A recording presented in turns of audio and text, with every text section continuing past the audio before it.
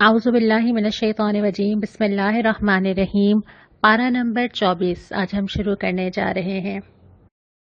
اس پارے میں بھی جو ہم نے پارہ نمبر 23 میں سورہ زمر کا آغاز کیا تھا وہی سورت ابھی چل رہی ہے، اور اسی میں سے میں نے آپ سے سوال پوچھا تھا کہ سورہ زمر میں اصل خسارہ کس چیز کو کہا گیا ہے اور خوشخبری کس چیز کی دی گئی ہے۔ تو اس کا جواب آیت نمبر 15 اور 17 میں تھا۔ خسارہ یہ کہا گیا ہے کہ انسان قیامت کے دن اپنے آپ کو اور اپنی اولاد کو گھاٹے میں ڈال لے، یعنی دنیا میں وہ جو جمع کر کے آیا ہے کوئی پوچھ ہی نہیں رہا اس سے، مطلب بینک بیلنس کیا تھا، گھر کیسا بنایا تھا، ڈیکوریٹ کیسا کیا تھا، بچوں نے کہاں سے پڑھا تھا، یونیورسٹیز کون سی تھی، نہیں۔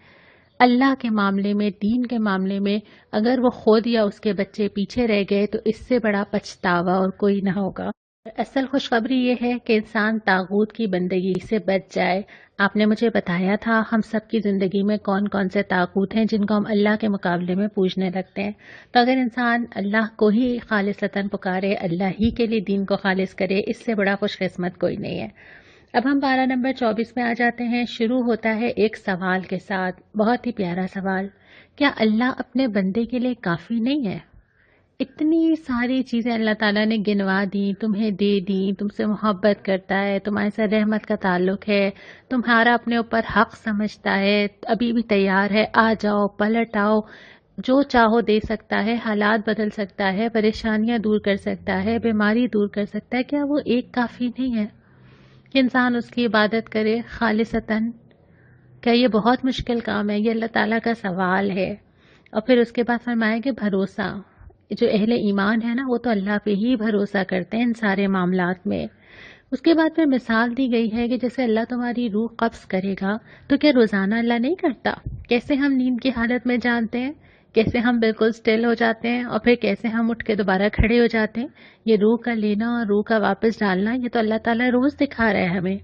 اور اس کے بعد بھی فرمایا کہ دیکھو اللہ تعالیٰ کا اختیار ہے ان ساری چیزوں پہ جنہیں تم دوسرے لوگوں سے مانگتے ہو، اللہ کے ساتھ دوسرے شریک بنا لیتے ہو، دوسرے لوگوں کے سامنے ہاتھ پھیلاتے ہو، وہ اللہ دے سکتا ہے، اللہ شفاعت کر سکتا ہے، اللہ تمہارے گناہ معاف کر سکتا ہے، اللہ آخرت کے تمام اور دنیا کے بھی تمہارے تمام فیصلے کر سکتا ہے، اور رزق دینا تو ہے ہی اللہ کے ہاتھ میں۔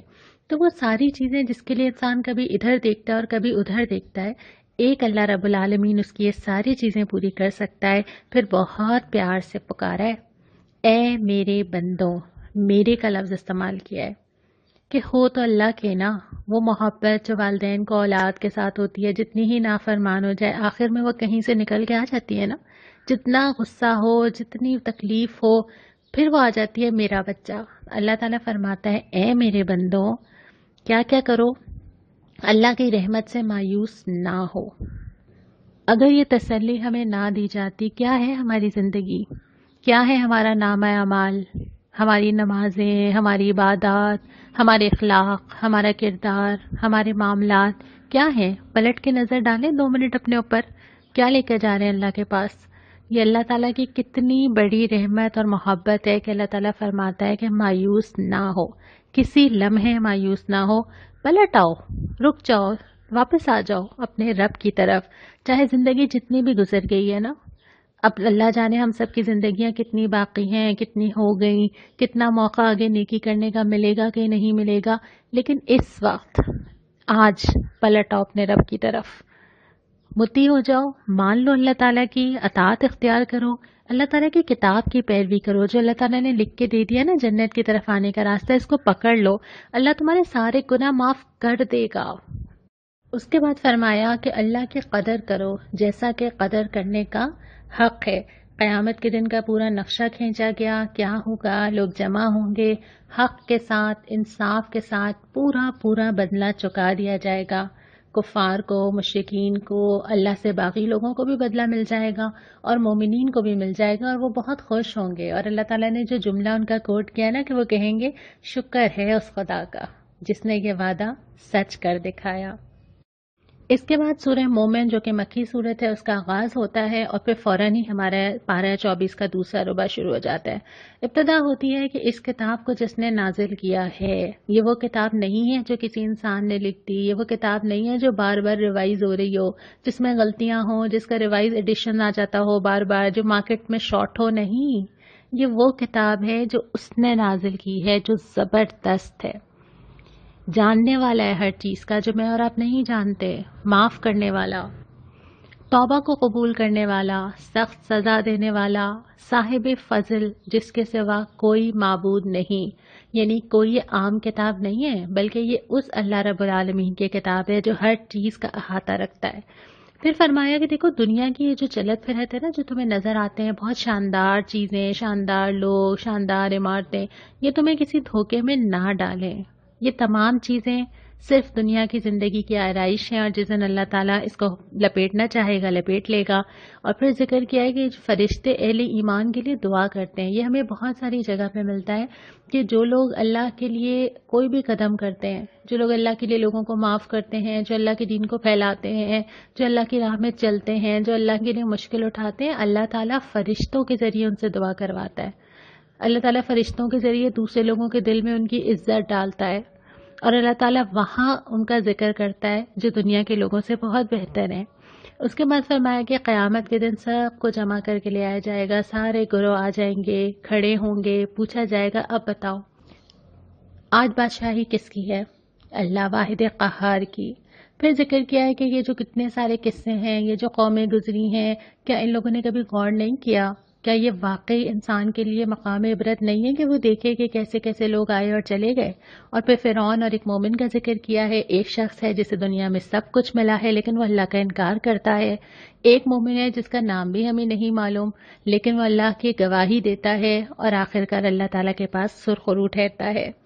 پھر تیسرے ربع کا آغاز ہوتا ہے۔ ابتدا ہوتی ہے کہ دوزخ میں لوگ آپس میں جھگڑیں گے، ایک دوسرے پہ الزام ڈالیں گے، اپنے پیشوا سے کہیں گے تم نے کہا تھا بچا لوگے، اور وہ کہیں گے کہ ہمیں اختیار ہوتا تو اپنے آپ کو نہ بچا لیتے۔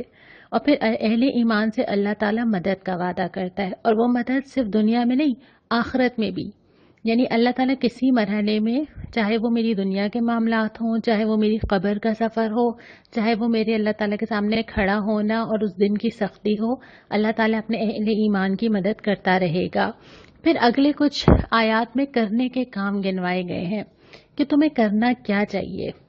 صبر، بہت دفعہ ہم نے پڑھا، اپنے قصور کی معافی چاہو، یہ ہم سب کی ضرورت ہے۔ روزانہ ارادہ باندھتے ہیں، توڑ دیتے ہیں، قدم آگے رکھتے ہیں، پیچھے آ جاتے ہیں، پھر گناہ ہوتا ہے، پھر سوچتے ہیں ہم نہیں کریں گے، اور اگر اللہ یہ نہ لگتا تو پھر ہمارے ساتھ کیا ہوتا۔ پھر یہ کہ صبح شام اپنے رب کی حمد اور تسبیح کرو، اللہ کی پناہ مانگو۔ اللہ کی پناہ مانگنا بہت ضروری ہے کیونکہ جس دور میں ہم ہیں صبح شام فتنے ہیں، پھر ہمارے ساتھ شیطان بھی ہے، پھر ہمارے ساتھ ہمارا اپنا نفس بھی ہے، پھر اور بہت سارے لوگ بھی ہیں جو گمراہ کرتے ہیں، پھر دنیا کی مشغولیات بھی ہیں۔ تو اللہ تعالیٰ سے مانگا جائے کہ اللہ مجھے اپنی حفاظت میں لے لیجئے۔ اس کے بعد فرمایا کہ تم مجھے پکارو نا، میں تمہاری دعائیں قبول کروں گا۔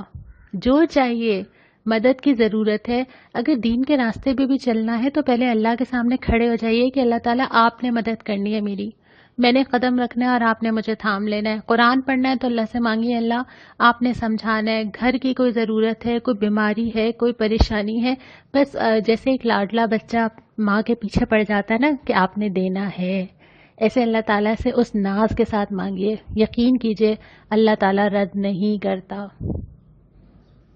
اس کے بعد فرمایا وہ اللہ ہی تو ہے جس نے تمہیں یہ ساری چیزیں دیں جن جن نشانیوں کا یہاں پہ ذکر ہے، اور پھر سوال کیا کہ کس کس نشانی کا انکار کرو گے؟ اپنے وجود کا انکار کرو گے، اپنے کھانے کا، اپنے ملنے والے رزق کا، جس زمین میں ٹھہرے ہوئے ہو اس کا، جس موسم میں تم زندہ ہو اس کا، کس کس چیز کا انکار کرو گے؟ اس کے بعد پھر یہ صورت یہاں مکمل ہوتی ہے اور چوتھا ربع شروع ہوتا ہے اور سورہ حامیم سجدہ شروع ہو جاتی ہے۔ سورہ حامیم سجدہ میں سب سے پہلے ابتدا ہوتی ہے کہ قرآن کا مقصد نزول، یہ جو اللہ تعالیٰ نے کتاب نازل کی ہے یہ کس لیے آئی تھی؟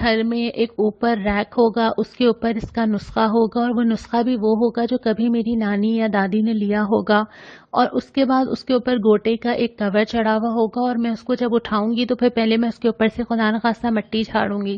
یہ کتاب اس لیے نہیں آئی تھی۔ میں نے پہلے بھی یہ بات کی تھی نا کہ یہ تو میرا مینول ہے جس کو میری سائڈ ٹیبل پہ ہر وقت ہونا چاہیے۔ تو یہ کتاب اللہ تعالیٰ نے بھیجی کیوں تھی؟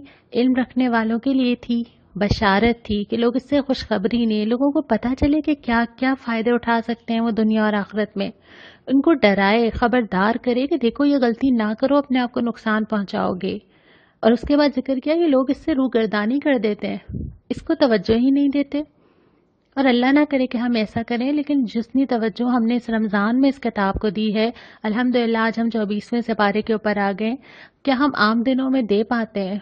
کیا رمضان گزرنے کے بعد پورا سال یہ کتاب انتظار نہیں کرتی کہ مجھے وقت ملے گا تو میں اس کتاب کو کھولوں گی؟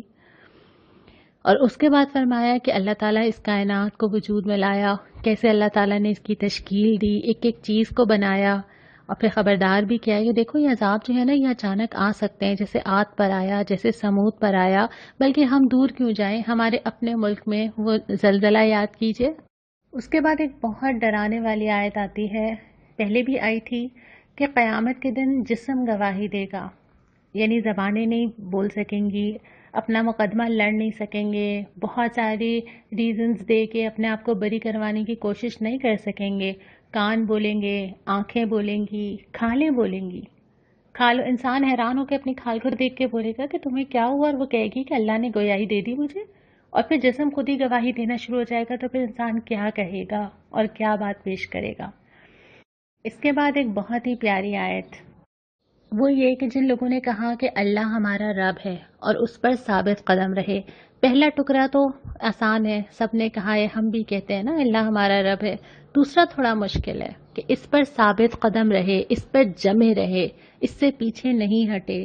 زندگی کے کسی معاملے میں یہ مشکل ہے، لیکن جو لوگ اس کا ارادہ کرتے ہیں، جو لوگ اس راہ پہ استقامت سے چلتے ہیں، کیا کیا وعدہ کیا کہ فرشتے آتے ہیں ان کے اوپر، فرشتے تسلی دیتے ہیں، سکینت نازل کرتے ہیں، دل کے اندر محسوس ہوتا ہے، تسلی دیتے ہیں کہ پریشان نہ ہو، جنت کی بشارت دیتے ہیں، ہم تمہارا ساتھ دیں گے، اور تم اللہ تعالیٰ سے جو مانگو گے روز قیامت تمہیں دیا جائے گا، جس چیز کی تمنا کرو گے وہ تمہاری ہوگی۔ لیکن چاہیے کیا؟ اس دنیا میں یہ کام بہت مشکل ہے، یہ بہت مشکل ہے کہ اگر میں یہ طے کر لوں کہ بس اب میں نے اس سے پیچھے نہیں ہٹنا، اور میں اپنے آپ کو جما کر رکھوں اس کے اوپر، یہی تو چیز ہے جہاں ہم مار کھا جاتے ہیں۔ ارادے تو بہت باندھتے ہیں، پہلے بھی باندھتے ہیں، آئندہ بھی باندھیں گے، اور یہی بات میں نے آپ سے پہلے بھی کہی تھی کہ یہ کہ اس وقت قرآن اٹھانا اور اس کے بعد جب رمضان ختم ہو جائے گا اس کے بعد قرآن کو اٹھانا بہت مختلف چیزیں ہیں۔ اس کی وجہ یہ ہے کہ اس وقت تو ہمیں آسانی ہے، وقت ہے ہمارے پاس، لیکن کیا ہم یہ ثابت قدمی دکھا سکتے ہیں جیسا کہ آپ لوگ چاہ رہے ہیں کہ ہم اور پڑھیں، ہم آگے جاری رکھیں، کچھ نہ کچھ سلسلہ بندہ رہے؟ کیا آپ اپنے اندر یہ ثابت قدمی پاتے ہیں؟ یہ ثابت قدمی ہونا بہت ضروری ہے، دنیا کے کسی بھی معاملے میں ضروری ہے۔ آپ کہیں پہ بھی کوئی کمٹمنٹ کرتے ہیں، آپ اگر شادی ہو کے کسی گھر جاتے ہیں تو آپ ثابت قدمی سے ہی اپنا گھر بنا پاتے ہیں۔ آپ کسی یونیورسٹی میں ایڈمیشن لیتے ہیں تو آپ کی ثابت قدمی ہی ہوتی ہے جو ہر طرح کے حالات میں، ہر طرح کے پرابلمز میں، اسائنمنٹس میں، ہر چیز میں آپ نکل جاتے ہیں اور اتنے سال گزار کے ڈگری لے لیتے ہیں، یہ ثابت قدمی ہوتی ہے۔ آپ کسی بچے کا ایڈمیشن کرواتے ہیں اور آپ اس کے لیے روزانہ صبح اٹھتے ہیں، صبح اٹھتے ہیں، چاہے 6 بجے بھیجنا پڑے، اس کو وین میں بٹھا دیتے ہیں، یہ آپ کی ثابت قدمی ہوتی ہے کہ آپ نے یہ کام طے کیا ہوتا ہے اور آپ کر کے رہتے ہیں۔ کسی پروفیشنل ایجوکیشن میں جاتے ہیں، میڈیکل میں جاتے ہیں، انجینئرنگ میں جاتے ہیں، کئی سال لگا دیتے ہیں، دن اور رات کا فرق مٹا دیتے ہیں، یہ آپ کی ثابت قدمی ہے کیونکہ آپ نے طے کیا ہے۔ تو یہی ثابت قدمی اللہ تعالیٰ کو بھی تو چاہیے نا، جو ان سارے معاملات میں ہے، کہ جب انسان یہ طے کرے کہ اچھا اب میں نے علم حاصل کرنا ہے، اب میں نے قرآن و حدیث اور سیرت کو پڑھنا ہے، تو پھر وہ ثابت قدمی چاہیے کہ ایسا نہ ہو کہ آج بہت زیادہ اور کل بالکل نہیں، بلکہ ایک تسلسل اور استقامت کے ساتھ انسان عمل کرنے والا ہو، اور اس کے علاوہ بھی چاہے وہ عبادات ہوں، چاہے وہ قرآن کا پڑھنا ہو، تمام چیزوں میں اللہ تعالیٰ کو ثابت قدمی بہت پسند ہے، کیونکہ یہ راستہ آسان نہیں ہے، اس راستے میں مشکلات بھی آتی ہیں، بہت ساری چیزیں اپنے اندر مشغول کرنے والی، دھیان بٹانے والی، اپنی طرف کھینچنے والی، سب کچھ آتی ہیں، تو اس میں تو انسان کو ان ساری چیزوں کے درمیان سے اپنا راستہ نکالنا ہوتا ہے نا، تمام مشکلات سے گزرنا ہوتا ہے، تمام آزمائشوں سے پورا اترنا ہوتا ہے۔ اللہ تعالیٰ دل میں اطمینان نازل کرتا ہے، یہ آزمائی بھی بات ہے اور یہ آپ نے بھی آزمائی ہوگی۔ تو تہیہ کرتے ہیں انشاءاللہ تعالیٰ کہ اللہ کی راہ پہ ثابت قدم رہیں گے۔ اس کے بعد ذکر کیا ہے کہ سب سے اچھی بات کس کی ہے، یہ میں ابھی نہیں بتاؤں گی، یہ آپ مجھے بتائیں گے۔ اور پھر فرمایا کہ دیکھو بدی کو نیکی سے رفع کر دو۔ دنیا میں یہ نہیں ہو سکتا کہ بدی نہ ہو نا، ہم کیوں ایکسپیکٹ کریں کہ سب لوگ بہت اچھے ہوں، یہ تو ہو ہی نہیں سکتا۔ اور ہم کیوں سب سے ایکسپیکٹیشن لگائیں کہ سب مجھے اچھا سمجھیں، یہ بھی ضروری نہیں ہے۔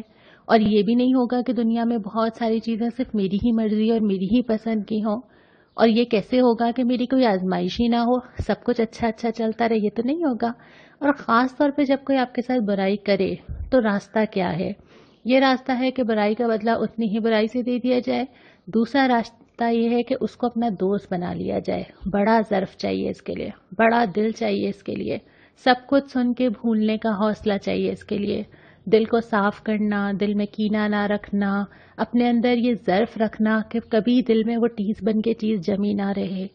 تو سب سے اللہ تعالیٰ کو پسند تو وہ لوگ ہیں جو کہ برائی کو دفع کر دیتے ہیں، وہیں پہ فل سٹاپ لگا دیتے ہیں، آگے نہیں بڑھنے دیتے۔ ایک برائی بہت ساری برائیوں کا سبب بن سکتی ہے۔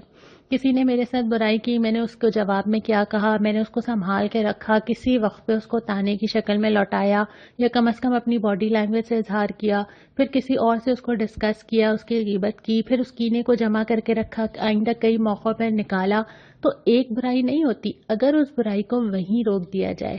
اللہ سے اجر کی توقع کے ساتھ ظرف کا مظاہرہ کر کے یہ سوچ کے کہ اللہ اس کے بدلے مجھے معاف کرے گا، تو وہ راستہ نہیں کھلتا بہت ساری برائیوں کا۔ اسی لیے اللہ تعالیٰ کو یہ رویہ بہت پسند ہے۔ پھر آخرت کی نشانیاں اور قیامت کا ذکر کر کے یہ فرمایا کہ دیکھو نیک عمل کرو گے یا برا عمل کرو گے، دونوں صورتوں میں تمہارا فائدہ ہے، جو کرو گے اپنے لیے ہی کرو گے۔ یہاں پہ سپارہ مکمل ہوتا ہے، اور جو آج کا سوال ہے سورہ حامیم سجدہ میں بیچ میں یہ بات آئی تھی کہ اللہ کے نزدیک سب سے اچھی بات کس کی ہے، یہ آپ مجھے انشاءاللہ تعالیٰ لکھ کے بھیجیں گے۔ کل جب ہم سپارہ نمبر 25 کا آغاز کریں گے تو پھر ہم اس کو دیکھیں گے۔ آج کی جو دعا ہے سورہ مومن کی آیات ہیں، اور یہ فرشتوں کی دعا ہے جو وہ اہل ایمان کے لیے کرتے ہیں۔ بہت ہی پیاری آیات ہیں۔ کیا کہتے ہیں؟ اے ہمارے رب، تو اپنی رحمت اور علم کے ساتھ ہر چیز پر چھایا ہوا ہے، معاف کر دے، عذاب دوزخ سے بچا لے ان لوگوں کو جنہوں نے توبہ کی ہے اور تیرا راستہ اختیار کر لیا۔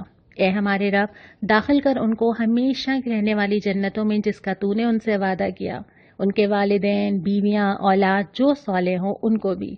تو بلا شبہ قادر مطلق اور حکیم ہے۔ اور برائیوں سے ان کو بچا لے، جس کو تو نے قیامت کے برائیوں سے بچایا اس پر تو نے بڑا رحم کیا، یہ بڑی کامیابی ہے۔ اللہ تعالیٰ فرشتوں کی اس دعا کو میرے حق میں بنا دے۔ اللہ تعالیٰ یہ تمام دعا میرے حق میں قبول کرے، اس راہ پہ چلنا ہم سب کے لیے آسان کرے۔ وما علینا الا البلاغ۔